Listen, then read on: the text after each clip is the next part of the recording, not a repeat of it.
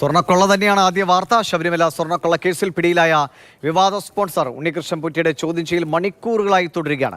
Arrest രേഖപ്പെടുത്തിയ ശേഷം നാളെ റാന്നി കോടതിയിൽ ഹാജരാക്കുമെന്നാണ് അറിയുന്നത്. അമൽ തേനമ്പറമ്പിൽ വിവരങ്ങളുമായിട്ടുണ്ട്. അമൽ, എത്ര മണിക്കൂറുകളായി ചോദ്യം ചെയ്യൽ തുടരുന്നു? കൂടുതൽ ഉദ്യോഗസ്ഥർ അങ്ങോട്ടേക്ക് എത്തുന്നു. അതായത് കഴിഞ്ഞ ദിവസങ്ങൾ അത്രയും ശേഖരിച്ച തെളിവുകൾ നിരത്തിയുള്ള ചോദ്യം ചെയ്യൽ അല്ലേ? ചോദ്യം ചെയ്യൽ ഇങ്ങനെ തുടരുകയാണ്. ഇന്ന് 12 കൂടിയാണ് ഉണ്ണികൃഷ്ണൻ പോറ്റിയെ കസ്റ്റഡിയിലെടുക്കുന്നത്. കാരേറ്റുള്ള വീട്ടിൽ പോയി അന്വേഷണ സംഘം കസ്റ്റഡിയിലെടുത്ത് കൊണ്ടുവരികയായിരുന്നു. അതിനുശേഷം എവിടെയാണ് ഉണ്ണികൃഷ്ണൻ പോറ്റി എന്നുള്ള കാര്യത്തിൽ യാതൊരു വ്യക്തതയും ഉണ്ടായിരുന്നില്ല. പക്ഷേ വൈകുന്നേരം ഒരു 6:30 കൂടി ആ കാര്യത്തിൽ വ്യക്തത ഉണ്ടാവുകയാണ്. എൻ്റെ സൈഡിലായി കാണുന്ന തിരുവനന്തപുരം ഇഞ്ചക്കിലുള്ള ക്രൈംബ്രാഞ്ച് ഓഫീസിലാണ് ഇപ്പോൾ ചോദ്യം ചെയ്യൽ പുരോഗമിക്കുന്നത്. അവിടേക്ക് ഈ അന്വേഷണ സംഘത്തിലെ 3 പ്രധാനപ്പെട്ട ഉദ്യോഗസ്ഥരും ഇതുവരെയും എത്തിയിട്ടില്ല. മറ്റു ഉദ്യോഗസ്ഥരുടെ നേതൃത്വത്തിലുള്ള ചോദ്യം ചെയ്യലാണ് പുരോഗമിക്കുന്നത്. എച്ച് വെങ്കടേഷിന്റെ നേതൃത്വത്തിലാണ് അന്വേഷണ സംഘം. ഏറ്റവും മുതിർന്ന ഉദ്യോഗസ്ഥൻ അല്ലെങ്കിൽ ഇതിന്റെ ചുമതലയുള്ള ഉദ്യോഗസ്ഥൻ എന്ന് പറയുന്നത് ശശിധരനാണ്. അദ്ദേഹം ഇപ്പോൾ പമ്പയിൽ നിന്നും തിരുവനന്തപുരത്തേക്ക് പുറപ്പെട്ടിട്ടുണ്ട് എന്നുള്ളതാണ് മനസ്സിലാക്കാൻ കഴിയുന്നത്. മറ്റൊരു SP ഉള്ളത് ബിജോയിയാണ്, പി ബിജോയി ഇവിടെ വന്ന് ഏകദേശം ഒരു 10 മിനിറ്റ് സമയത്തോളം ചിലവഴിച്ച ശേഷം ഇവിടുന്ന് മടങ്ങിയിരുന്നു.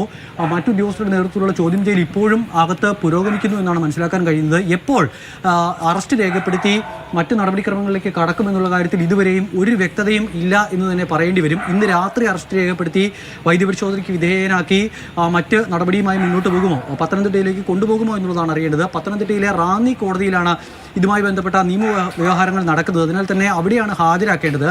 അല്ലെങ്കിൽ ഒരുപക്ഷെ പുലർച്ചെ ഇവിടെ നിന്ന് കൊണ്ടുപോകാനുള്ള സാധ്യതയാണ് നിലനിൽക്കുന്നത്. ചോദ്യം ചെയ്യൽ പുരോഗമിക്കുന്നു. ഒരുപാട് ചോദ്യങ്ങളുണ്ട് പോറ്റിക്ക് ഉത്തരം പറയാനായി. പക്ഷേ ഉണ്ണികൃഷ്ണൻ പോറ്റി നേരത്തെ തന്നെ പറഞ്ഞിരുന്നത് ഞാൻ അന്വേഷണവുമായി സഹകരിക്കും എന്നുള്ള കാര്യമായിരുന്നു, ചോദ്യം ചെയ്യാൻ വിളിപ്പിച്ചാൽ പോകും എന്നുള്ള കാര്യമായിരുന്നു. പക്ഷേ അങ്ങനെയല്ല ഇന്ന് സംഭവിച്ചത്. ഇന്ന് ഉണ്ണികൃഷ്ണൻ പോറ്റിയെ വീട്ടിലെത്തി കസ്റ്റഡിയിലെടുത്ത് കൊണ്ടുവന്ന് ചോദ്യം ചെയ്യുകയായിരുന്നു.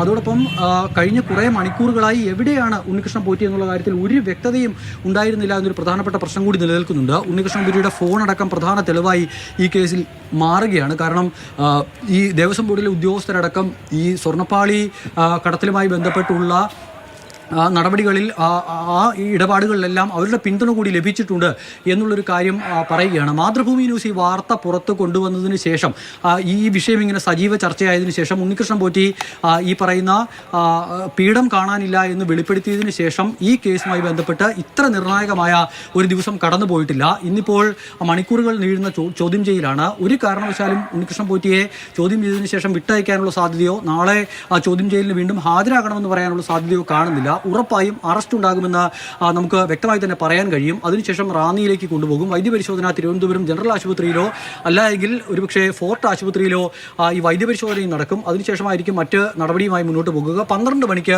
റാന്നി കോടതിയിൽ ഹാജരാക്കാനുള്ള നടപടികൾ പുരോഗമിക്കുന്നു എന്നുള്ളതാണ് മനസ്സിലാക്കാൻ കഴിയുന്നത്. അങ്ങനെയെങ്കിൽ ഒരുപക്ഷെ പുലർച്ചെ അല്ല എങ്കിൽ നേരം വെളുത്തതിന് ശേഷം ഉണ്ണികൃഷ്ണൻ പോറ്റിയെ ഇവിടെ ഈ വൈദ്യപരിശോധനയ്ക്ക് ഹാജരാക്കി അതിനുശേഷം ഇവിടുന്ന് കൊണ്ടുപോകാനുള്ള സാധ്യതയാണ് കാണുന്നത്.